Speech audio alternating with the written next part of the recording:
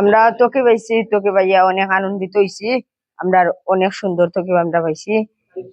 প্রতি বছর তাই নাই নাই আমরা যে একজাত তোকে দিয়া যায়, অন্য বা পাঞ্জাবিও দেন। তারা মুর্দে গান অকল্লা আমরা দোয়া করি, আমরা যেন তারা যেন অনেক বালা থাকে। উদ্দেশ্য হইল গিয়ে গত বছর আইছিলাম মসজিদ ইনশাল্লাহ আগে যেন হয়েছিল। গত বছর আইসলাম কইছিলাম ইনশাল্লাহ সাদ্দা লাগিব, এক বছরের ভিতরে ইনশাল্লাহ হয়ে গেছে আলহামদুলিল্লাহ। এবারও 25 আরোটা আমরা নিব আশা করি। তুমি জানি যে খেলা ইরাই পড়ার লগে লগে বাংলাদেশ সরকারে এখন কইছে খেলাধুলার দরকার, খালি ফল্ড হইতো না, খেলাধুলার দরকার। এলাই খেলাধুলা হইলে জায়গার দরকার।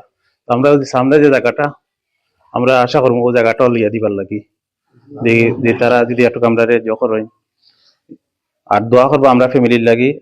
আমরা যে টাস্ক যেটা আমরা এটা বাই আনতো, আমরা বাই বই আমরা আমরা এটা হইল গিয়ে একমাত্র আমরা মা বাবার স্বপ্ন আছিল আমরা বড় হইয়া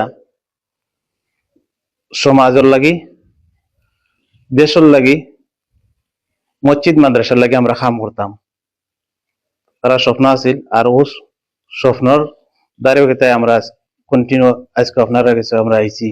ইনশাল্লাহ দোয়া করতাম আপনারা ভবিষ্যতে আমরা আরো সমাজের লাগে কাম করতাম। দোয়া করবা ইনশাল্লাহ আমরা ফ্যামিলির লাগে। হাতের উদ্যোগে